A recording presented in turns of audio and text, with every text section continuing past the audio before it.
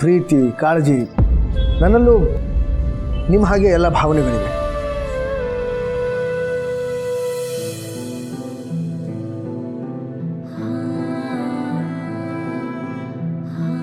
ಸಂತೋಷ ಅನ್ನೋದು ದುಡ್ಡಿಂದಾನೇ ಬರುತ್ತೆ ಅನ್ನೋದಾಗಿದ್ರೆ ಯಾವ ಶ್ರೀಮಂತನು ದೇಶ ಬಿಟ್ಟು ಓಡಿ ಹೋಗ್ತಿರ್ಲಿಲ್ಲ ಅಥವಾ ಆತ್ಮಹತ್ಯೆ ಮಾಡ್ಕೋತಿರ್ಲಿಲ್ಲ.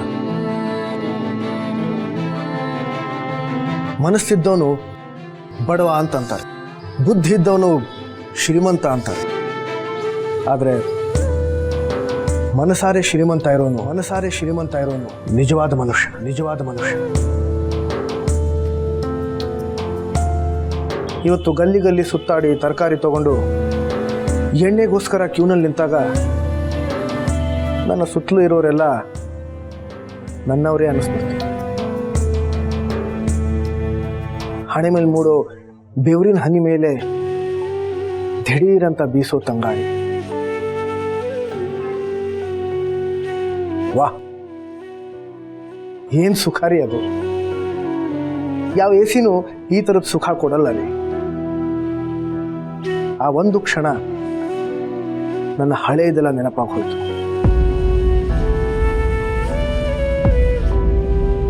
ಹಳೇದ ಅಂದ್ರೆ ಸರ್? ನಾನು ನಡೆದು ಬಂದ ದಾರಿ, ಮೈ ಪಾಸ್ಟ್. ನೀವೀಗ ನೋಡ್ತಾ ಇರೋ ಆರ್ಯವರ್ಧನ್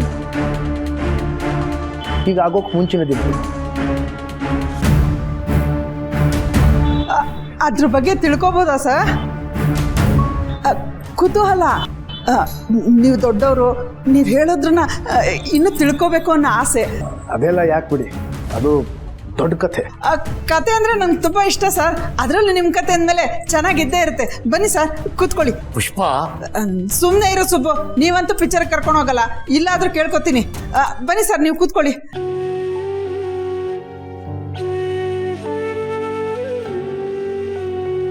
ನಾನು ಹೇಳದ್ನಲ್ಲ, ನಾನೇನು ಹುಡ್ದಾಗ್ಲಿಂದ ಶ್ರೀಮಂತ ಅಲ್ಲ.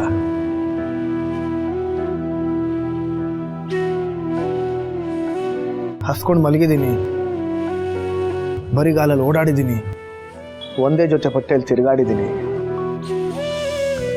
ನಾನು ನಿಮ್ಮ ಹಾಗೆ ಸಾಮಾನ್ಯನಂತೆ ಹುಟ್ಟಿ ವಠಾರದಲ್ಲೇ ಬೆಳೆದಿತ್ತು. ಯಾವಾಗಲಾದರೂ ಒಬ್ಬನೇ ಕೂತು ಖಾಲಿ ಗೋಡೆ ನೋಡುವಾಗ ಇವತ್ತು ಕಣ್ಣಲ್ಲಿ ನೀರು ತುಂಬಿಕೊಳ್ಳುತ್ತೆ.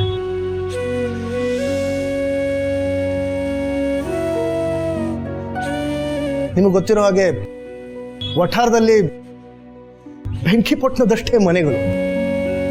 ಇಬ್ರು ಒಟ್ಟಿಗೆ ಎದುರು ಬದ್ರು ಬಂದ್ರೆ ಹೋಗೋಕ್ಕಾಗದೇ ಇರೋಷ್ಟು ಸಣ್ಣ ಸಂಧಿ.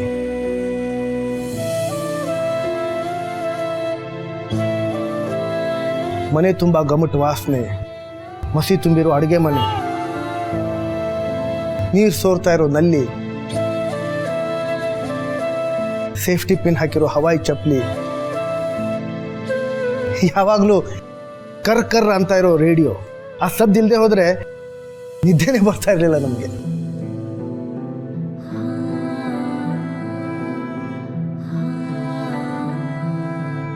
ಜೀವಕ್ಕೆ ಜೀವ ಕೊಡೋ ಅಕ್ಕಪಕ್ಕದ ಜನ, ಒಂದೊಂದು ರೂಪಾಯಿಗೂ ಪಟ್ಟ ಕಷ್ಟ, ಅರ್ಧ ಹೊಟ್ಟೆಯಲ್ಲಿ ರಾತ್ರಿ ನೋಡ್ತಿರೋ ಖಾಲಿ ಆಕಾಶ, ಇವೆಲ್ಲ ನಮ್ಮ ಆಸ್ತಿ ಆಗಿತ್ತು. ಆಗಾಗ ಜಗಳಗಳು ಕಿತ್ತಾಟಗಳು ಆಗ್ತಾ ಇದ್ವು. ಆದರೆ ರಾತ್ರಿ ಅವ್ರ ಮನೆಯಿಂದಾನೇ ಒಂದು ಬಟ್ಲಲ್ಲಿ ಸಾಂಬಾರು ಆಲೂಗಡ್ಡೆ ಪಲ್ಯನೂ ಬರ್ತಾ ಇತ್ತು. ಇವತ್ತು ಒಂದೇ ಸಮ ಎಲ್ಲ ನೆನಪಾಗೋಯ್ತು. ನಂಬಕ್ಕೆ ಆಗ್ತಿಲ್ಲ ಸರ್.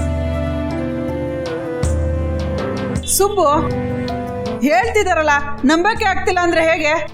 ಇಷ್ಟು ದೊಡ್ಡ ವ್ಯಕ್ತಿ ಇಷ್ಟೆಲ್ಲ ಕಷ್ಟಪಟ್ಟು ಬಂದ್ರು ಅಂದ್ರೆ ಆಶ್ಚರ್ಯ ಆಗುತ್ತೆ ಸರ್. ನನಗೂ ಅಷ್ಟೇ. ಬಡವನ ಹುಟ್ಟೋದು ನಿನ್ ತಪ್ಪಲ್ಲ, ಆದರೆ ಬಡವನಾಗಿ ಸಾಯೋದು ನಿಂದೇ ತಪ್ಪು ಅನ್ನೋ ಮಾತು ಚಿಕ್ಕ ವಯಸ್ಸಲ್ಲೇ ನನ್ನ ತಲೆಯಲ್ಲಿ ಗಟ್ಟಿಯಾಗಿ ಉಳ್ಕೊಂಡ್ಬಿಡ್ತು. ಪ್ರತಿದಿನ ಎದ್ದಾಗ ನಾನು ಅದನ್ನು ನೆನೆಸ್ಕೋತಾ ಇದ್ದೆ. ಅದಕ್ಕೋಸ್ಕರ ಏನು ಮಾಡಬೇಕು ಅನ್ನೋದನ್ನು ಯೋಚಿಸ್ತಾ ಇದ್ದೆ. ನಾನು ಯಾವಾಗಲೂ ಹೇಳೋ ಹಾಗೆ ನಂಬಿಕೆ ನಂಬಿಕೆ ನನ್ನ ಮೂಲ ಮಂತ್ರ. ಕಲಿ ಕಲಿ, ಅಳವಡಿಸ್ಕೋ, ಮುನ್ನುಗ್ಗು. ಇದು ನನ್ನ ವ್ಯಕ್ತಿತ್ವ.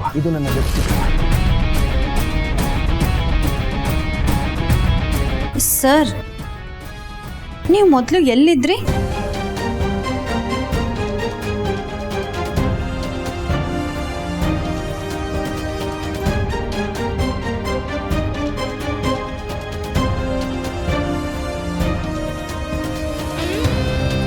ಇಲ್ಲೇ ಚಾಮರಾಜಪೇಟೆಯಲ್ಲಿ ಬೆಂಗಳೂರು ಪ್ರೆಸ್ ಇದೆ ಅಲ್ಲ, ಅದ್ರ ಹಿಂದೆ ಒಂದು ಕೊಟ್ಟಿಗೆ ಇತ್ತು. ಇಡೀ ಚಾಮರಾಜಪೇಟೆಗೆ ಅಲ್ಲಿಂದನೇ ಹಾಲು ಸಪ್ಲೈ ಆಗ್ತಾ ಇತ್ತು.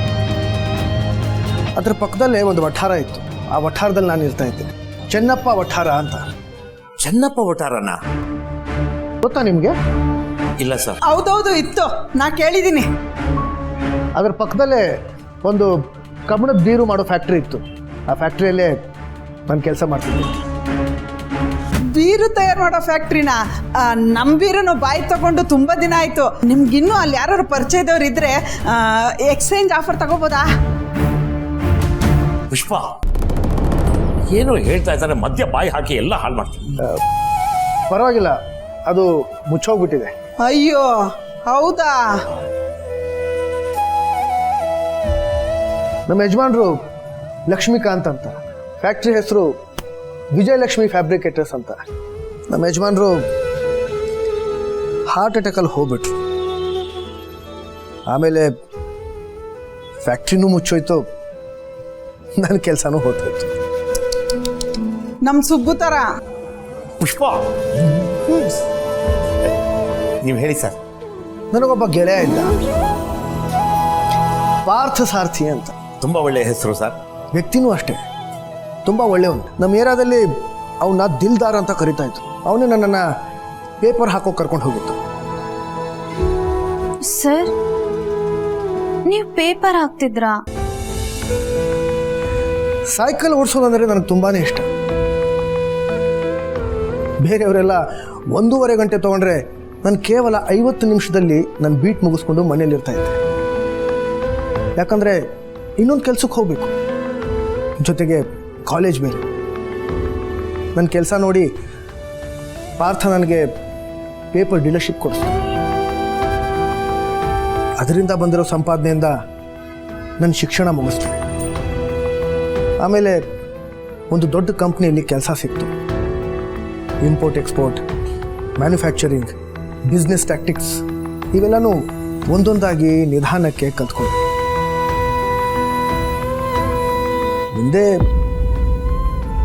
ಮುಂದೆ ನಿಮಗೆ ಗೊತ್ತೇ ಇದೆ.